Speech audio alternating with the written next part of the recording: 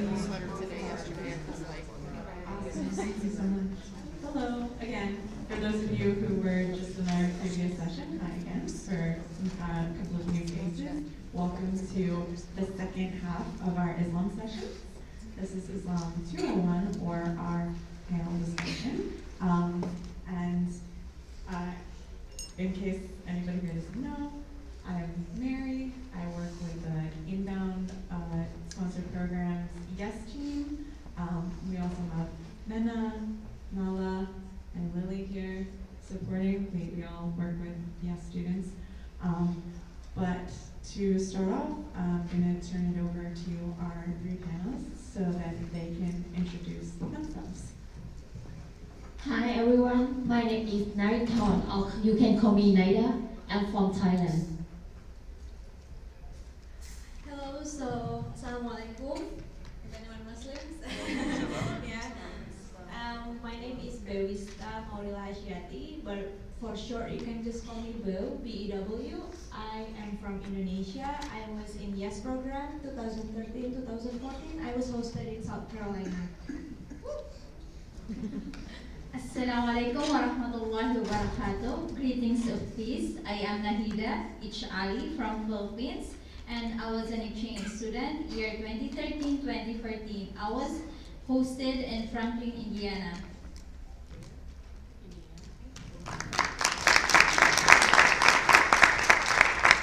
Okay, so this session is really just a chance for all of you to ask any questions that you might have to some of our students who have already been through the program, experienced the program as Muslims.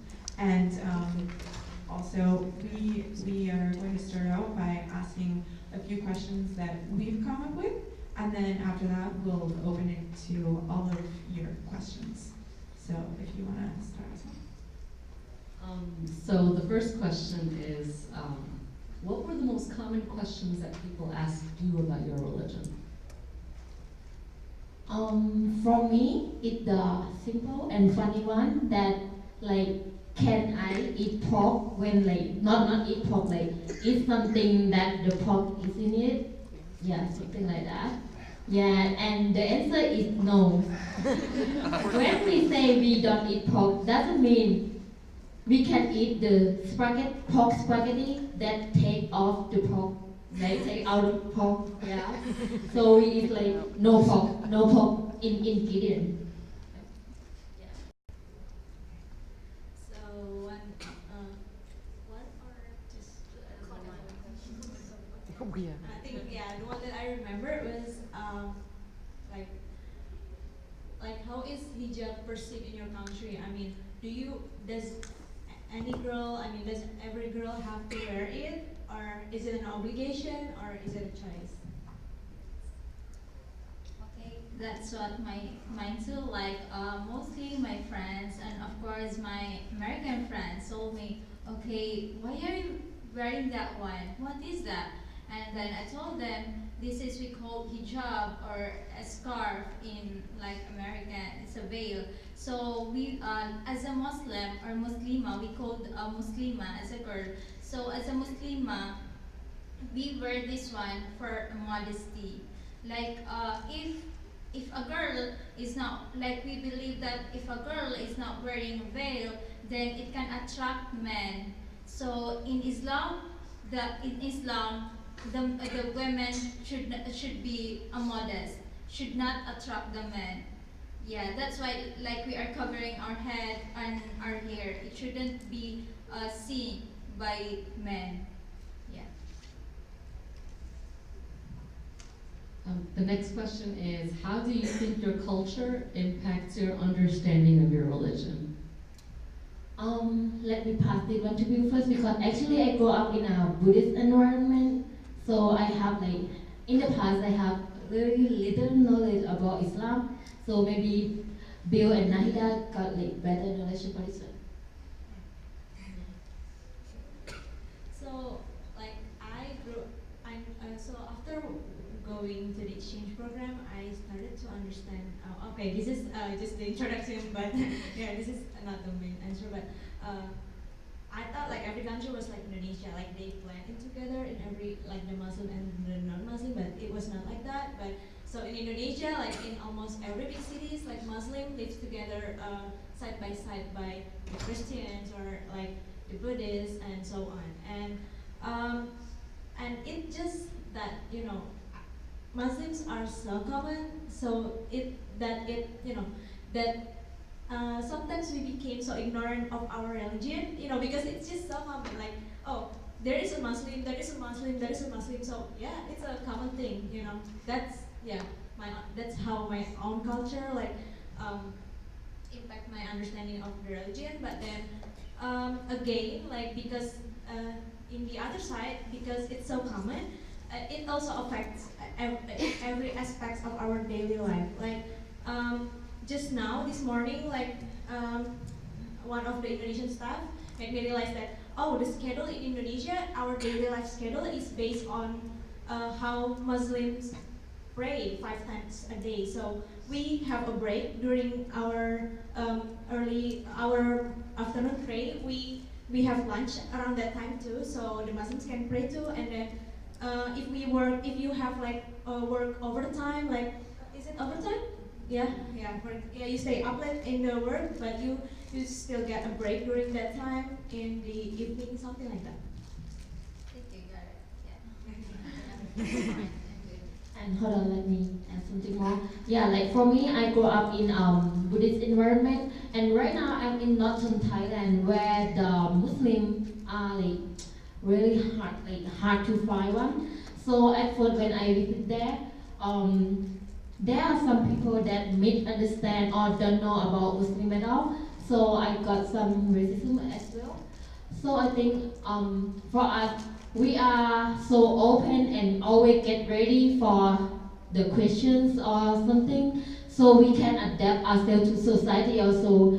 I don't know how the social show or present us in the way that I don't think it's the way we are, but I hope that you guys get chance to understand and learn what Muslim or Islam really is. Yep. So, what does Ramadan look like for you at your host family's home or your host school? And how do you stay focused and nourished? Okay. For the Ramadan is the month that we fast for the woman. When we say we fast, it doesn't mean that we don't eat anything for the whole day, but we don't eat anything from the sunrise until the sunset. It means that we can have the night time that we can eat. And besides not eating, we also do not do the things that are prohibited, right? Prohibited in Islam. So like listening to music, watching movie or something like that. So we focus more on the Islam lesson or give time more to God. Yeah. And for my whole family, during the Ramadan, I didn't ask them to make food for me. I just prepare it at night, and then in the morning I just whip it up, warm it up, and then take it myself. Yeah, as the dinner as well. Yeah. Okay, I want to add something to you. Like Anita said that we are not allowed to do. So we don't. When we're fasting, we're not just eating. We're not just stop eating, but we also stop doing things that a Muslim actually shouldn't be doing. But I mean, for watching movies, I think if it's a movie that doesn't contain kissing and then that's a kids movie, I think that should be fine. But I mean, if you watch the adult movies or something like that, adult movies, I mean not that one. I'm sorry, I got it wrong. No, I mean PG-13 something movies. Yeah, and I mean, I think you might be still counted fasting, but it's your what do you call it? Your reward will be decreased. Yeah, but it's all up to that. I don't know how much decrease is it. I can be radical about it. But anyway, about the main questions, actually me and Ida didn't experience Ramadan. I mean, we went here at the end, I don't know, at the beginning of August, and it was already the end of Ramadan. So when we were having orientation in DC, it was already Eid, and the celebration is celebration. And but I did experience, like when a Muslim woman cannot fast if they are like they are on their period, so they have to change it later. They have to fast on another month, another day, and I fasted. Oh, Indonesian students has the strategy of fasting on the winter. You know why? Yeah. Yeah, it's because the sunrise is later, and then the sunset is like earlier. So yeah, we use that strategy. That's why. Yeah, I think we stay nourished that way. Yeah, something like that. Okay, so Ramadan is month of the Quran, and Quran is a Bible of the Muslim. Yeah, Holy Quran. And during Ramadan, it's 30 days, right? 1 month, equivalent for 1 month. So during Ramadan, we the works we do there is to pray, and not like not like listening to music as what they say, and it's like more on reading Quran because it's month of Ramadan. So reading Quran, and after it praying. Like for example, in our country, Philippines, we will fast 4 a.m. and then until 6 a.m. So no food, no water, no everything. And also, like if you like injection, that's not also like it's already if you will be in hospital, so that won't be like you are not fasting already because someone's inject you already. So that's also point of our Ramadan. So yeah, we after fasting like 6 p.m. After we eat like 15 minutes, and then we will pray again, and praying for like 1 hour. Yeah, 1 hour, and that's also special for Ramadan only. Not like because we have these 5 obligatory prayers. So aside from that, there is like we call it sunnah prayers. So yes. And for the high school or the whole school, you guys can like eat in front of us. Don't worry about eating food in front of us.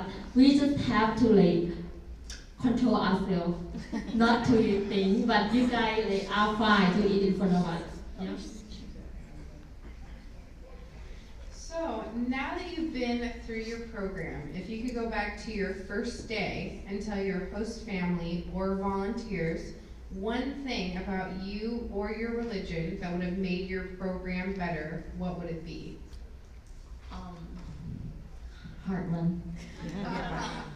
For me, I think one thing that I really have the impact on American is that the way that they see Muslim. Because at that time when I first came here, I didn't wear hijab, I didn't pray, I didn't fast, I didn't do anything about Islam rule. So actually I would say I was Muslim by birth before, and then I learned Islam here, and I become more religious here. So that's the big one for me. Yep, and most of my friends are very open to this one. I don't have any like racism or Islamophobia problem here. Yeah, because like actually I would say like we learn together. I learn and they learn. Like me, like I thought I would be discriminated because I went here in the United States and I was 15 or 16 years old that time, and I was really like the fear because like I am in a religious environment, and then I will go to like I don't know I don't know what it will affect on me, but thankfully because Indiana it's like it taught me that oh, it's not American people is not like that, like like my friends in my school was like very appreciated me. Like I thought they didn't like ask me, okay, why is that? Very bad questions like that. But they are very curious in my religion. Like they are interested to learn about my religion. So I was really inspired with that. Like feeling of you are accepted by the people surrounding you. Like I study, like for example, we are sitting down here. We are wearing a veil and we represent Islam. So like the perception of what you think of us, and then yeah, that's like a very nice feeling. If yeah, I think that's it.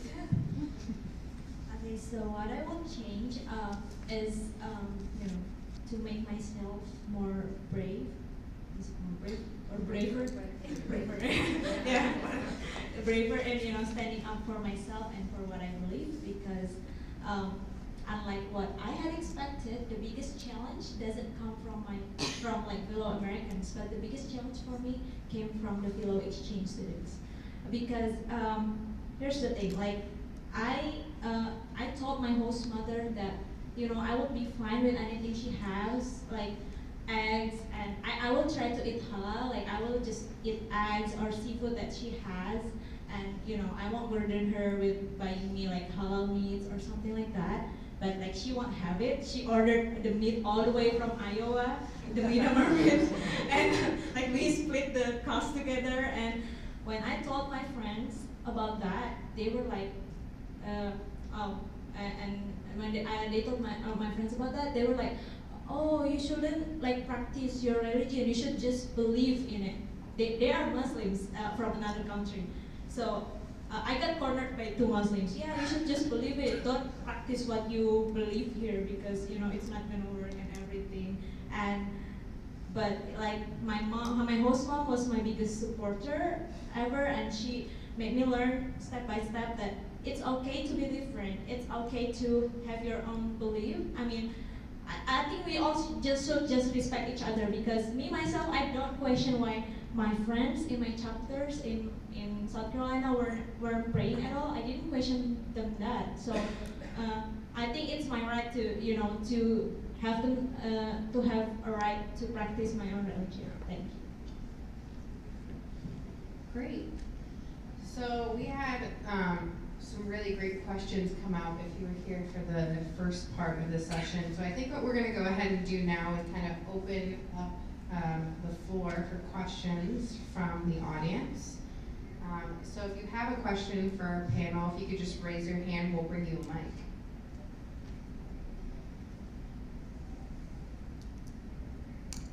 Since the students are still on Ramadan here near the end of the year, I worry about them if they're in sports. I mean, we live in the high desert. I don't think you can do sports and not drink during the day. And then I worry about them missing out, or their friends not understanding about having going away parties. So they could do it after sunset, I guess. Yeah. But for doing sport, actually during Ramadan, I'm in the sport team back home and here. Yeah, and for some of us, it's just so fun to do sport because we get used to it. Yeah. And I also wear hijab during the summer to do sport. I know you may think it's so hot, but actually we have different kind of hijab. Yeah, the light one and the heavy one for winter, something like that. So that shouldn't be worry.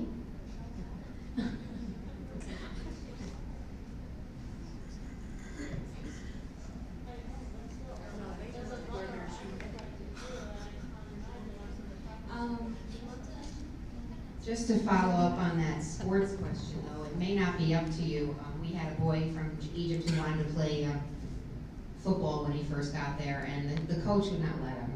He just felt it was not safe for him to be in something as rigorous as a football team when he was not drinking anything. So he had to wait until Ramadan was over to join the team, just so you guys understand that there's another side to that issue. But my question was, how do you, I sometimes have a hard time, finding a family that wants to take a student that has the dietary restriction. And I mean, to me, no pork is not a big deal.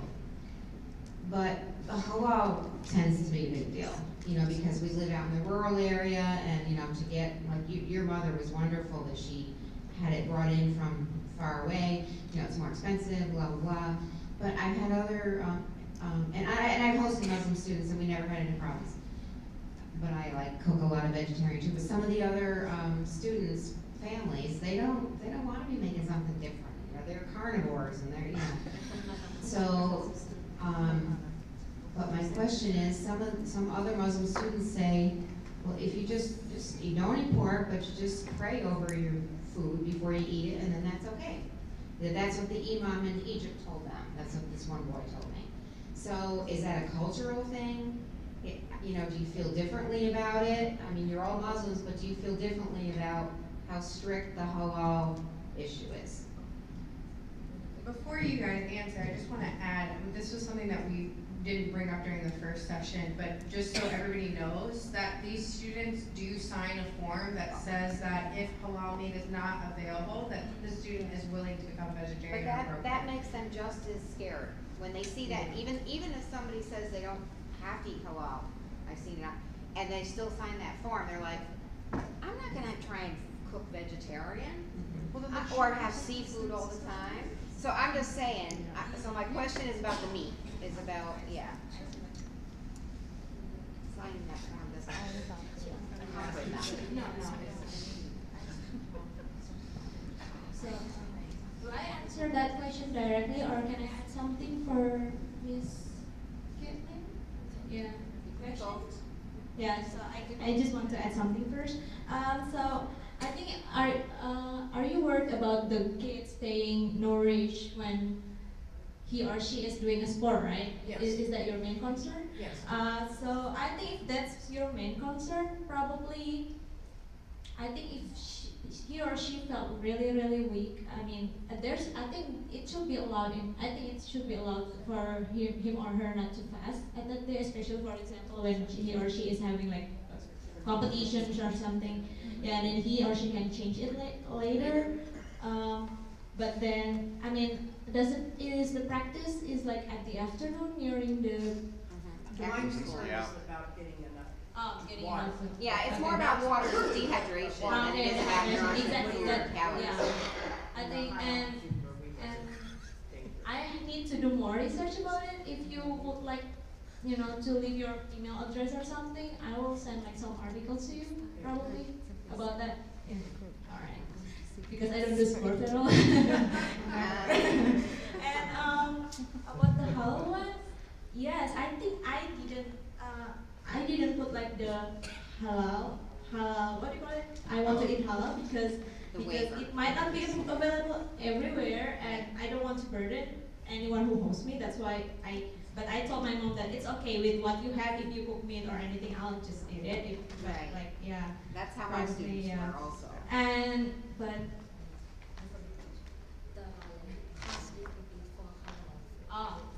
it actually depends. Like every country follows like different imams. Yes, exactly. Yeah. And yes, there's a few that as if like there's this term called, I don't know how it says in English, but it's called like people who on the kitab, the book. So I mean, like it's like basically means like the Catholics or the Christians. If you eat the meat that they slaughter, it should be fine. Meaning, generally in the U.S. it should be fine if it's like if you can't find halal meat and you eat the meats that were slaughtered by them, it should be fine. And as long as you pray over them. Right. But yeah, in my situations, like my mom was offering to buy halal meat, and she has done it before for a Pakistani girl that she hosted before. So that's why I was, I got this, what do you call it, facilitate. Oh yeah, I got this easier access. So that's why when I eat outside, I try to order like vegetarian menu and something like that. And there's another thing that I tried. It's what I love about living in the U.S. is how easy it is to become a vegetarian. I mean, if you buy like the frozen food in supermarkets, I mean, yeah, the meat is wonderful, the vegetarian meat. Oh, I love it with my bread. Yeah. And it's not that, it comparing, rather than buying food outside, I'd rather take my sandwich and, have it cooked at home. Yeah, because of the cost and everything. But yeah, that's what I meant. But I got let you mean about cooking and everything because usually my host mom, she always cook in this big batch. She's a pharmacist, so she likes to make things simple. Just cook one batch every 3 days, and you can heat it up. So I got what you mean. Yeah. Like I just wanna add something. What do we mean by halal and haram? Halal, yeah, halal and haram. Okay, we have like in each country or each a group of Muslims. Yeah, a group of Muslims, like they have their own meanings of halal. Like some people can eat, like for example, in the table, there is a pork there is a chicken, and then yeah, chicken can eat by the Muslims, right? But me, from Philippines, I won't eat because it's like, okay, the pork and the chicken is like nearby. Or in the kitchen, for example, like, okay, for example, it was fried, and then after it like you put the chicken on the same oil, so it won't, like it's just the same. So it should be like chicken, and then far away was the pork. Yeah, yeah, that's my meaning of like halal, and it's really halal because there is no like a pork like was touched on the chicken, like for example, yeah. And one phrase that I take personally, and most of my friends take it, is Allah doesn't want us to be perfect, but Allah wants us to like try hard as best as we can. Yeah, so like living in the place that difficult to find halal food is fine, but we just eat bread, vegetarian eggs, and fish or something else. Yeah. Just not to cook pork together with the meat, and that's it. And yes, Islam don't force Muslim. Yeah, Islam don't force Muslim if they can't. Like if it's like work or food or anything, it doesn't force Muslim. If they can like take it or carry that thing or they can eat it, and then yeah, you should be fine. Like for example, in the desert, for example, there is no food there, and you are dying. Like no food, but there's a pork there, and that Muslim can eat the pork. Yeah. Yes, because it's survival. Yeah. Well, we're actually also the same with like the animals that die not from being cut but die because, for example, they have been shot and then they die slowly. Yeah. And then we were actually not allowed to eat that, but yeah, if it's like in life or death situation, that should be fine. Islam is not there to make your life harder. It's to make your life easier. So yeah. Any other questions?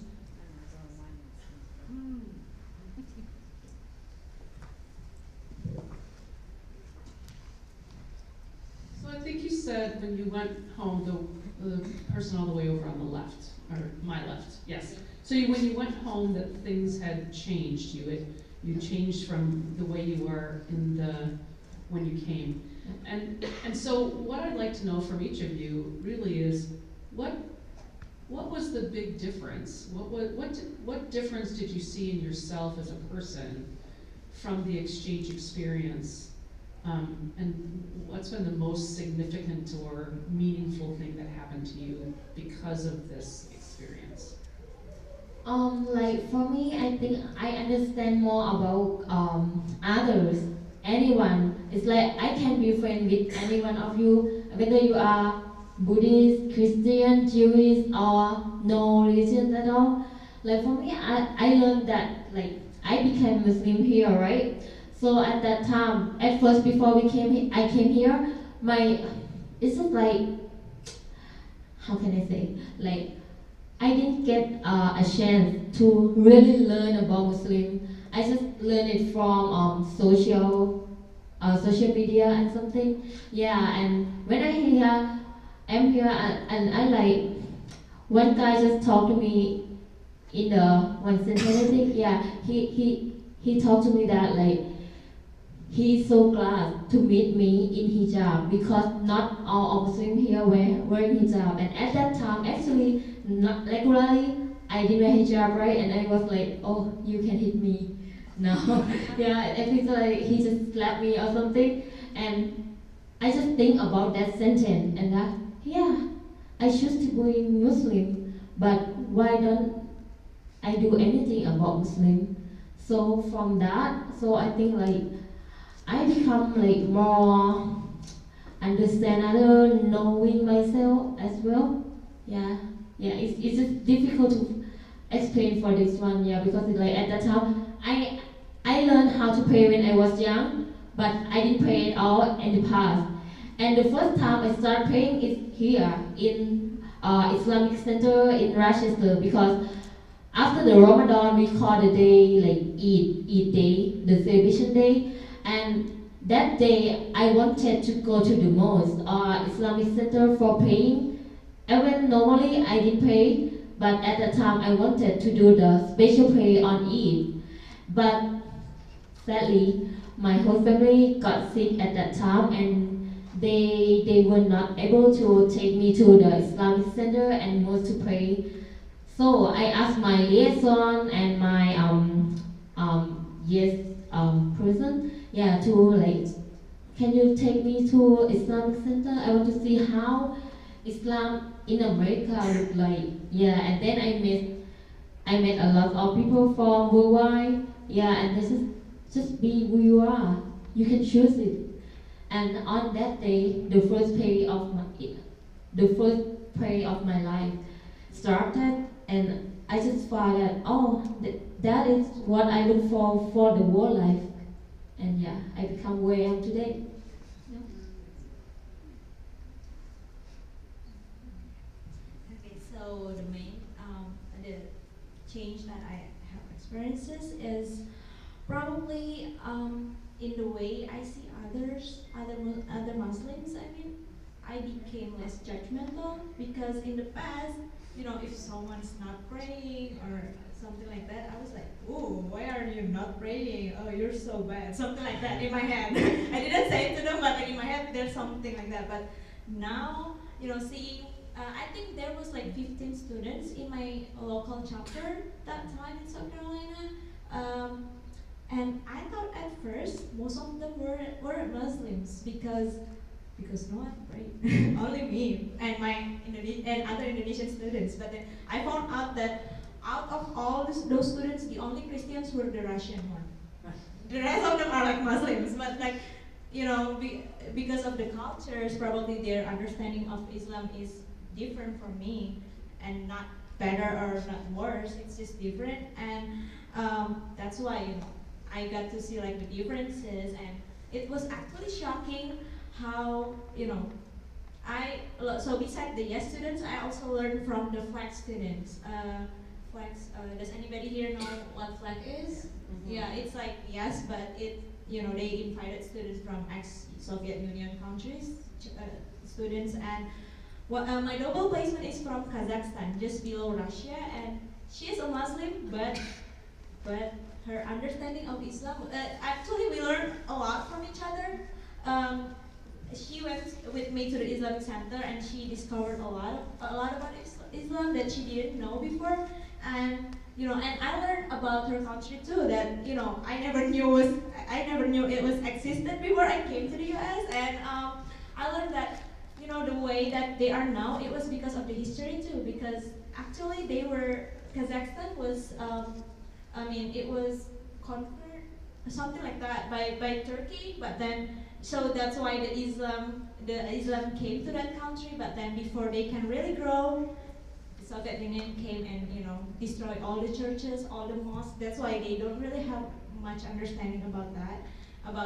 Their understandings are different about the Islams that I do back home, and I think instead of judging, now I became why don't ask them to follow your footsteps? For example, I have this really close friend of mine. She's from Thailand. And she was like, I mean, she lived in Bangkok, so she doesn't come from the southern part, which is where most Muslims reside, but she came from like the capital, and she lived. Her school is like besides the temple, the Buddhist temple, and actually like if I want to pray, I always ask her, "Do you want to pray with me?" And then yeah, sometimes she does. So yeah, we pray together, and then do you know, yeah, like in American school they have this, is it Spirit Day or something where we dress up? Yeah, like they have like cleaning day or something, and I asked her, okay, let's wear hijab together, and we did. And yeah, so it's like, yeah, why don't you put your thoughts about, action rather than, just judging?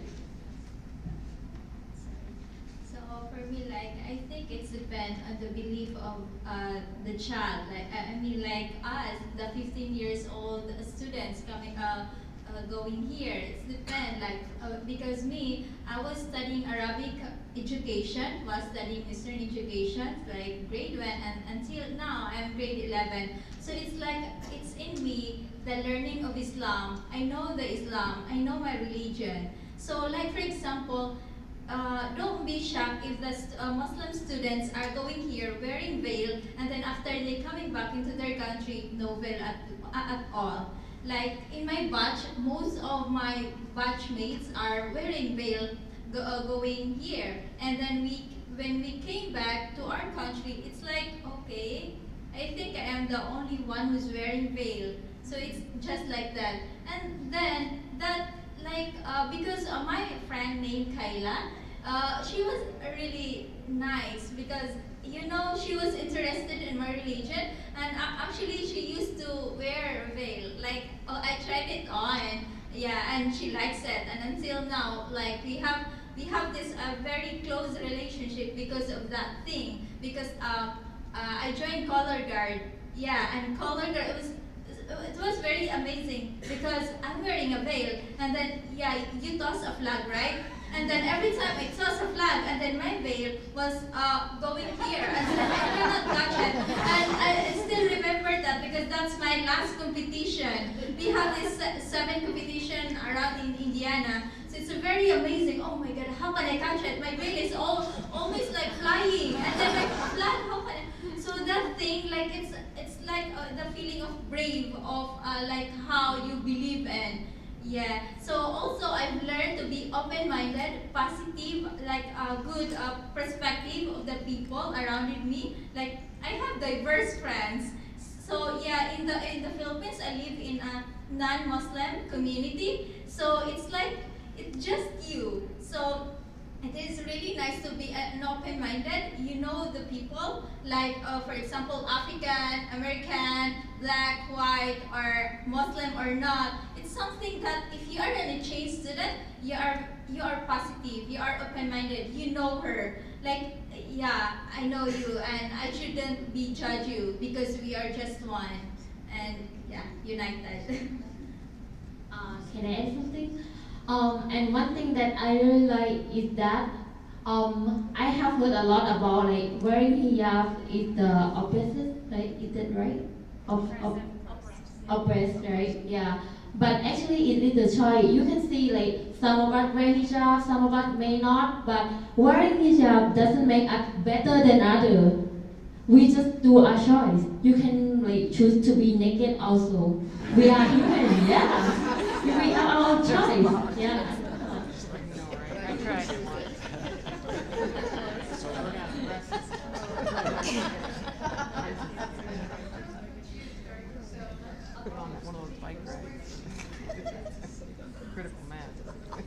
Sorry, I'm just a little confused about what your practices were, and just real quickly, like, I know, I'm sorry, I don't know your names, on the far left, you didn't wear a hijab when you got here because you didn't practice it. And then you wore it, and when you went home, I'm wondering, did you wear it then? And next to you, you said something about that you wore it here. You said when we went to a certain occasion, then me and my friend both wore it. So I'm wondering, did all 3 of you, did you wear them when you were here? Did you wear them when you went back home? Did your family, like, if you went back home and you're practicing now, Was your rest of the females in your family, were they already wearing hijabs, or are they now? You know, how does that work? For me, I started praying here, but at that time I still didn't wear hijab. After I become real Muslim, but then when I went back home, I moved from my old school to the school in Bangkok because my old school did not allow me to wear hijab.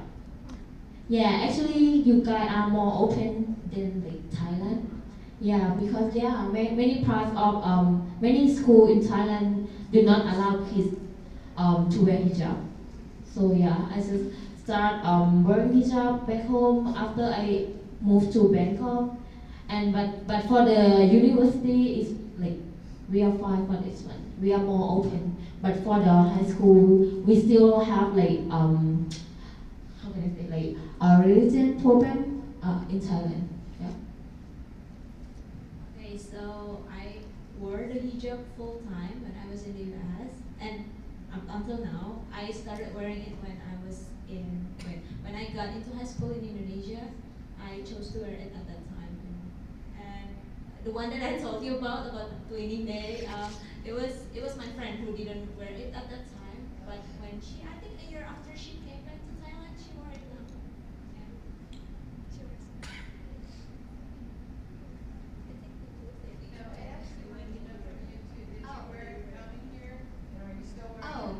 Yeah, I am wearing it because okay, I have a single parent in my country, and the same here. I also have a single parent. So my mom in my country is a religious one. Yeah, so she taught me like be in an Islamic environment. So I use still when I was in elementary, I was practicing wearing a veil. Yeah, because when you're a kid and then you just throw your veil. So yeah, I was practicing that time in elementary. But now it's oh my God, I won't because I'm already older, so I won't be because I know the importance of wearing a veil. So that's why, yeah, I wear it now.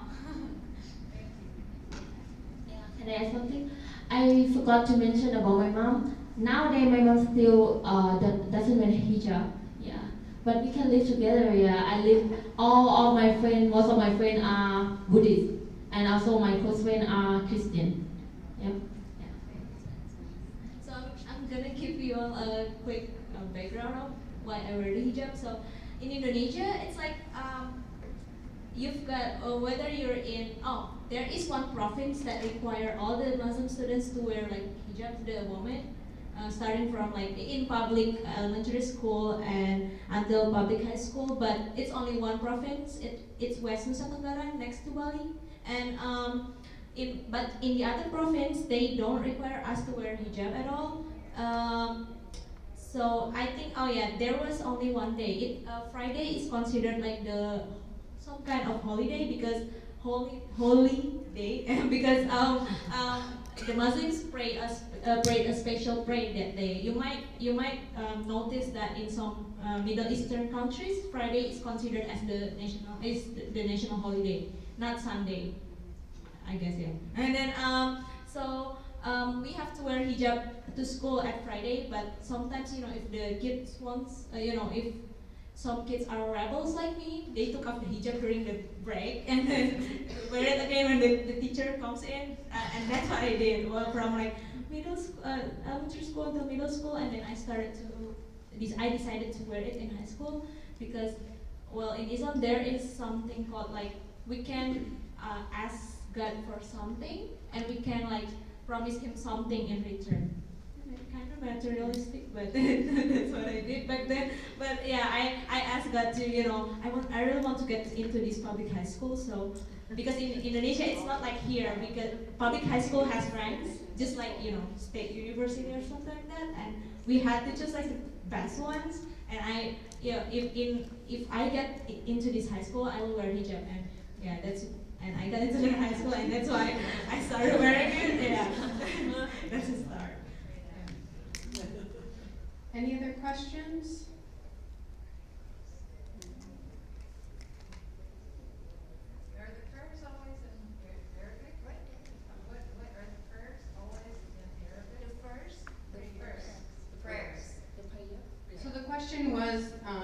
prayers always in Arabic?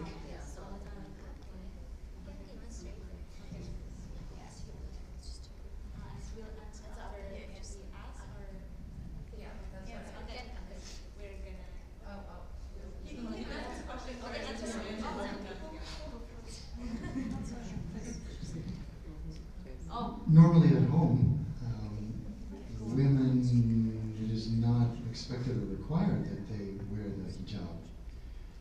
When you are with your host family, do you consider that home? And therefore you don't need to wear your hijab? Even if your host brother is there or your host father is there? We're gonna answer your questions first, probably. So yeah, what's your name? I'm sorry. Marianne. Yeah. So Marianne asked us about is the verses? I mean, the prayers are. Do we always have to say the prayers in Arabic? Well, for the what do you call it? Do I say it like? Do you know like the prayer that Muslims did with all those moves? Yeah. Yeah. It's like there are two types of prayer, right? I mean like with all those moves, and then the usual prayer that you can just do whenever you want,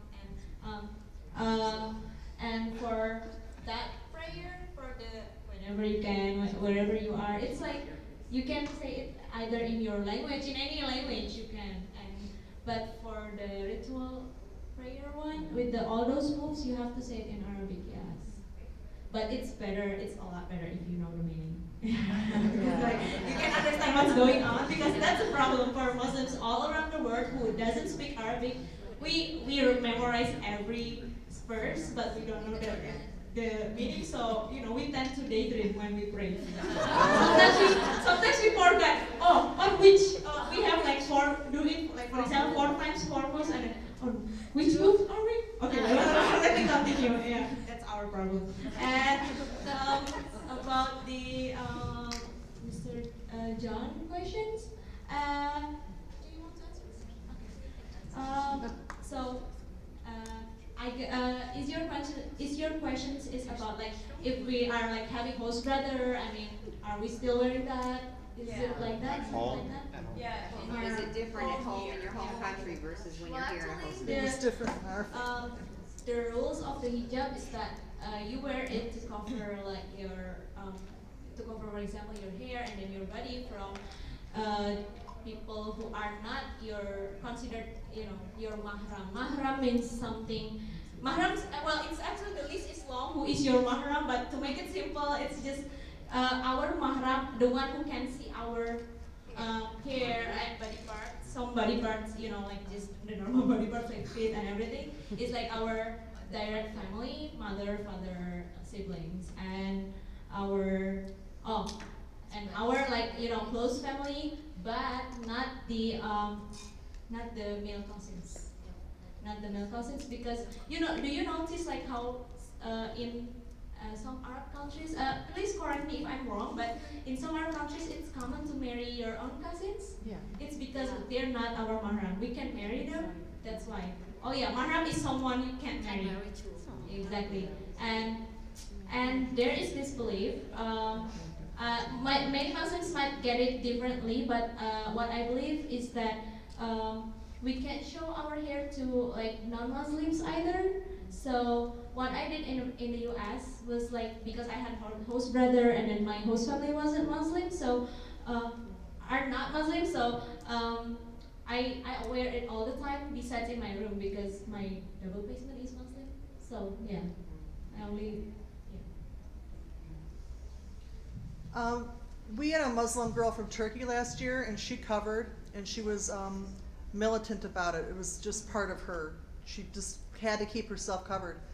And my husband was deeply offended by that at first, because it was our third exchange student, and he just felt like he should be her father. And it took him a long time to come to terms with, it's not personal, Greg. Yes, it's my not that she husband dislikes felt the you. same It's just way. that you're not her biological father, Yeah. and you're not going to see her hair. Yeah. And he was actually offended that my daughter and myself, on occasion, saw her And the first time I saw her without her hijab, it was shocking to me because I was in a hotel room with my mother and my daughter and her and I. We were the four of us girls by ourselves in a different state.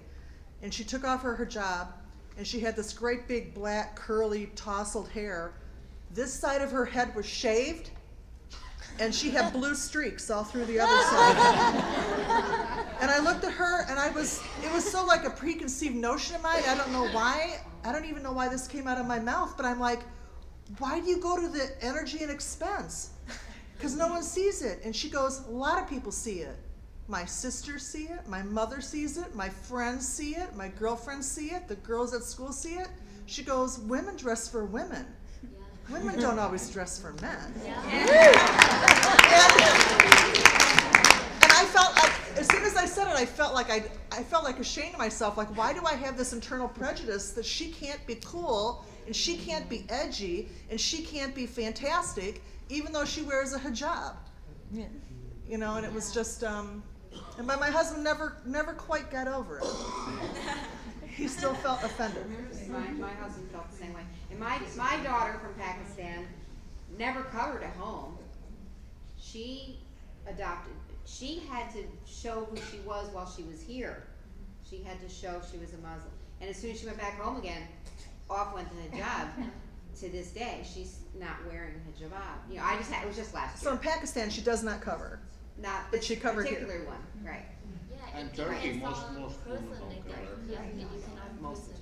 My students' best friends didn't cover. Right. So. Alright, well, I think we've come to the end of our time for our session. Did you guys want to share anything final before we wrap up? Any final thoughts? I'm not gonna share anything, but I just would like to say thank you all for being here, listening to us, and try to understand. And like we come up with like millions questions or something. Thank you so much for having us here.